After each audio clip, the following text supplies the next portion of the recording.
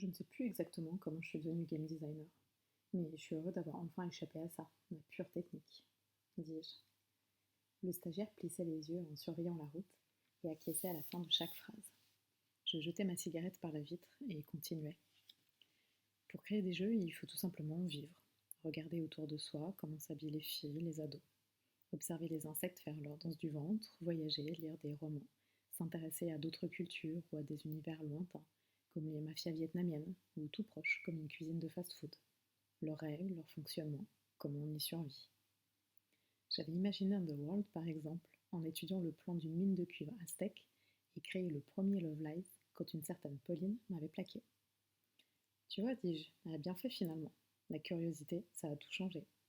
Pas ma vie sentimentale, non, je fais toujours les mêmes conneries, mais ma vie professionnelle. Moi aussi j'ai parlé technique, bien sûr. On commence toujours par là avant de s'apercevoir que ce n'est rien, comme en amour. Le stagiaire arrive, poliment, et je me suis garée devant les anciens entrepôts qui abritaient les studios de Focus. Lara était là. Elle avait déjà étalé sur une grande table des livres d'art, de peinture et de photos, puis posé à côté des morceaux de tissu, de bois et de fer blanc. Elle parlait avec les décorateurs et les graphistes. Fred l'engageait parfois pour les conseiller sur les matières, les décors et les ambiances. J'allais l'embrasser, juste un petit baiser. Tout le monde savait qui elle était, mais elle semblait toujours aussi gênée d'être ici. Nous devions créer l'univers de Love Lies 2. Pour coller à la mode néo-gothique, le jeu serait plus étrange que le précédent, et l'histoire se déroulerait à une autre époque. Lara connaissait parfaitement le premier, celui de Pauline. Ça racontait mon histoire. Sauf qu'on pouvait tout corriger, ne pas faire les mêmes erreurs. S'intéresser d'abord à sa meilleure amie, ne pas répondre dans l'instant à ses messages, des choses simples. Venaient ensuite des ruses plus complexes, puisées dans mes bonheurs, mes échecs, dans les théories de René Girard ou dans les liaisons dangereuses. Le but était que la femme ou l'homme de vos rêves tombe amoureux de vous et surtout qu'il le reste. L'attirer dans un lit le plus tôt possible était donc une option, tentante mais périlleuse. Plus on couchait tard, plus on gagnait de points. Mais là, le risque était que l'autre se lasse et se détourne en se demandant s'il vous plaisait vraiment, ou vous soit enlevé par un rival. Je m'étais bien amusée et bien vengée, j'avoue, en construisant ces deux scènes finales. L'une torride, l'autre solitaire avec une amoureuse qui vous présente son nouveau copain, un ami en embuscade. Comme avec Pauline. J'avais réécrit notre histoire dans sa version où j'aurais dû. C'était parfois naïf, mais ça fonctionnait. C'est la supériorité vaine et délicieuse des jeux sur la vie. Quand par malheur on se laisse percer le cœur par un homme ou une femme qu'on aime, ou encore par un zombie caché derrière un mur, on appuie sur Reset et on recommence la partie. Pauline n'avait pas été enchantée de se retrouver dans les magasins, mais ce jeu avait été un best-seller. Surtout chez les filles.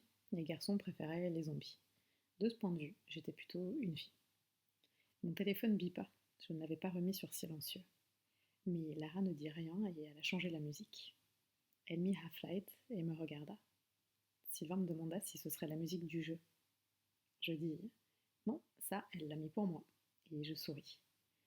Comme j'aimais cette fille, et comme elle m'aimait, elle, sans condition, sans que je sois un héros ni un génie. En travaillant, je songeais combien mon parcours dans ce monde des jeux était lié à celui des femmes de ma vie. En terminale, j'avais découvert la philosophie et en fac, j'avais rencontré Alicia. Deux passions incompatibles. J'avais passé l'hiver dans son lit et échoué à l'agrégation. Il ne restait plus rien du peu d'argent que m'avaient laissé mes parents. Un de mes anciens professeurs m'a alors proposé de travailler avec lui. C'était le début du boom informatique. Comme chaque innovation majeure, on la croyait toute puissante et on imaginait qu'elle nous aiderait à penser. Je devais numériser des textes, puis répertorier et comparer les occurrences des mots Dieu, animal et bonheur chez les philosophes du XVIIe siècle. Ce n'était pas passionnant et cela ne mena nulle part, mais chaque matin, quand arrivait le bus 48, j'embrassais Alicia en lui murmurant Bonne journée, ma déesse, mon animal, mon bonheur. Puis je traversais la rue en la regardant s'éloigner pour prendre le 70 et en disant que c'était là l'équation exacte du bonheur. Et elle rata son concours elle aussi, et nous décidâmes qu'elle ne travaillerait pas, qu'elle le tenterait à nouveau, s'y consacrerait entièrement, et qu'une fois prof, elle m'aiderait à son tour. Je la rejoindrais plus tard devant un tableau noir, et nous aurions des enfants. Ce fut un hiver froid et vide, où nous apprêtions bientôt à vivre et à être heureux. Mais la vie, elle, ne s'apprête jamais, elle vit sans cesse. Au printemps, un des premiers jours qu'il faisait doux et lumineux, elle m'avoua qu'elle avait rencontré quelqu'un dans sa classe, un type Chouette et brillant, m'a-t-elle dit. Et le balai des bus s'est arrêté. Pendant des semaines, je suis restée enfermée dans un appartement à moitié vide. Je n'ai prévenu personne et j'ai perdu mon travail. Puis le propriétaire m'a expulsée et j'ai échoué chez les parents d'Eric, un ami d'enfance parti étudier à l'étranger. Dans sa chambre, j'ai revu les disques que nous écoutions à 15 ans et me suis souvenue de nos passions et de nos rêves. Je l'imaginais à Boston et j'ai regardé mon sac. C'était tout ce qu'il me restait, quelques vêtements et quelques livres que je n'avais pas encore vendus. Cette nuit-là, sans doute parce qu'on avait parlé de lui pendant le dîner, j'ai pensé à mon père, là-haut. J'ai vu ma mère aussi. Ils ne se parlaient toujours pas, mais ils flottaient dans le même ciel, enfin apaisés. Allongé dans le petit lit en bois, j'ai pleuré en apercevant le seul manuel d'informatique que j'avais conservé, et La République de Platon, annoté et surligné. Je me suis alors promis que je créerais avec ces deux choses un monde aussi beau, aussi pur et éternel qu'un système philosophique. Voilà comment tout avait commencé. J'ai présenté des maquettes de jeux pédagogiques pour enseigner Leibniz et Wittgenstein au terminal. On m'a répondu intéressant, mais pas assez divertissant, pas assez fun. Déjà cette idée à la Berlusconi que la réflexion est ennuyeuse et que tout doit être absolument fun et bondissant. Dans mon petit studio, je mangeais des pâtes et l'hiver il faisait trop froid pour y rester longtemps. Alors j'ai relu Marx, Les luttes de classe en France, et imaginé une intrigue qui se déroulait pendant la Révolution de 1848, à la fin de la monarchie de Juillet.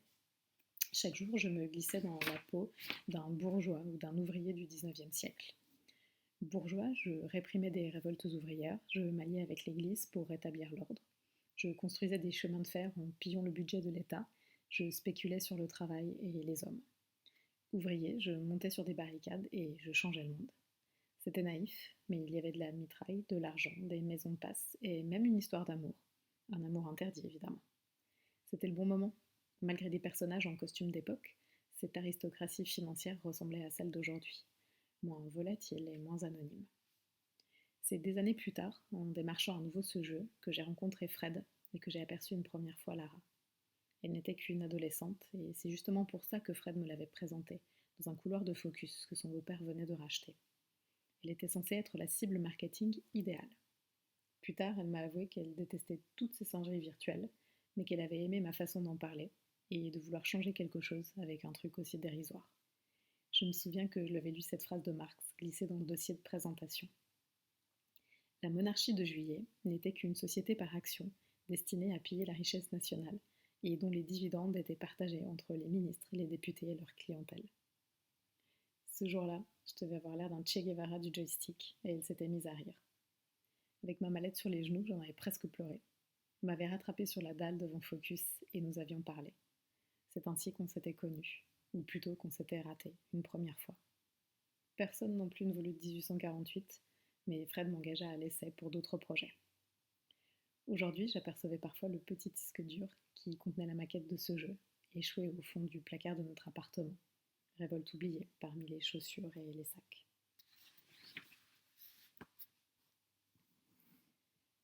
Il était tard quand je garais la voiture dans le parking de Focus. Je regardais un instant la dalle, les immeubles de bureaux qui flottaient haut dans la nuit, et revis le visage désolé de Lara ce jour-là, quand elle m'avait couru après. Les souvenirs sont la mesure de l'amour et chaque couple en entretient le roman.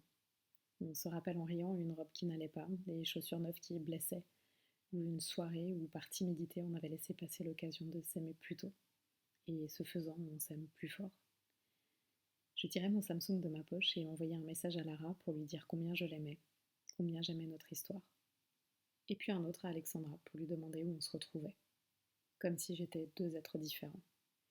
Je visionnais le travail de l'opérateur vidéo, rédigeais la note au programmeur et au graphiste qui allait s'occuper de la séquence de l'attentat, puis ressortis sans un regard pour la fille de l'accueil, et en jurant qu'on ne m'y reprendrait plus, mais que j'essaierais encore. Elle l'ignore, me dis-je pour rire, mais je suis Dieu. Une fois traitée, cette séquence d'attentat serait intégrée au jeu, et le mort anonyme près de la voiture, ce pauvre parmi les pauvres, deviendrait un personnage en 3D, avec une histoire et un destin virtuel qu'il n'aurait jamais imaginé. J'en avais fait un des chefs de la rébellion pakistanaise. Dans sa poche, je glisserais demain un smartphone contenant des informations cruciales pour le joueur, à condition qu'il survive à la bombe. S'il mourait, rien de grave, il devrait recommencer le tour depuis le début. Rien de définitif, pas de conséquences, ni de game over. Dehors, l'air tiède coulait sur la dalle entre les tours de l'ouest. La soirée commençait et j'étais comme le héros de mon jeu. Puissant et sans mort, jamais. Cette chose aussi qui vous prend après un film, quand on parle comme Marlon Brando dans Le Parrain ou Romy Schneider dans César et Rosalie. Chaque fois, Lara me disait « César sera toujours César, et toi, tu seras toujours David ». Un écho de fiction et d'aventure qui se prolongeait en nous et nous rendait bêtement heureux. Le héros de mon jeu était infiniment moins romanesque, mais inévitablement, j'étais encore lui, l'immortel, quand j'envoyais un SMS à Alexandra. C'était un membre des services secrets occidentaux qui traquait un groupe de talibans. Sa mission, récupérer des soldats alliés prisonniers dans les zones tribales du Pakistan, où on récolte l'opium qui finance la guerre. Au passage, il devait zigouiller les méchants par paquet de 10. Ça s'appelait Opium Rescue, et je n'en étais pas fière. Mon rôle dans ces séries standardisées se limitait à rendre attrayantes des péripéties convenues. Police et notables corrompus, faux amis, embuscades, système de survie. Une seule chose m'amusait. Entre chacun de ces pathétiques rebondissements, il fallait glisser des romances, en réalité des scènes érotiques soft. Quelques ébats écourtés avant le coït, avec des geek baits dont Lara faisait semblant d'être jalouse. Informatrice exotique, traîtresse occidentale à poitrine d'acier, ou voix blanche à secourir. Pour Opium, j'avais choisi la nordique tatouée forcément froide et névrosée. C'était en ce moment un personnage vendeur qu'on retrouverait dans les pubs ou les teasers. Lara n'avait pas tort. Une de ces geek papes m'avait hanté des nuits entières, fantasme inévitable quand on invente des pièges érotiques et qu'on manipule encore, même avec une manette. Avec ce moteur d'imagerie virtuelle que j'avais mis au point et que Fred voulait céder à Elson, je mélangeais un réel rugueux tiré des JT avec des images de pubs vantant des destinations de rêve ou des vêtements de marque. Une fois lissée en 3D, la pub paraissait réelle et la réalité avait l'air d'une pub. Ce que j'avais inventé avec Focus n'était pas un genre nouveau, mais ce que j'appelais la guerre en Calvin Klein. Chacun se retrouvait plongé dans un univers familier et réconcilié, les infos télévisées mêlées aux spots de pub. En quelques années, j'étais devenu le petit mécano d'une vie à l'air doux et amical, où le meurtre et le sexe sont des pulsions qu'on peut assouvir sans crainte pour 49 €. Voilà dans quel monde je vivais et où nous vivions tous désormais. Un monde où mon téléphone bip pas. C'était la réponse d'Alexandra.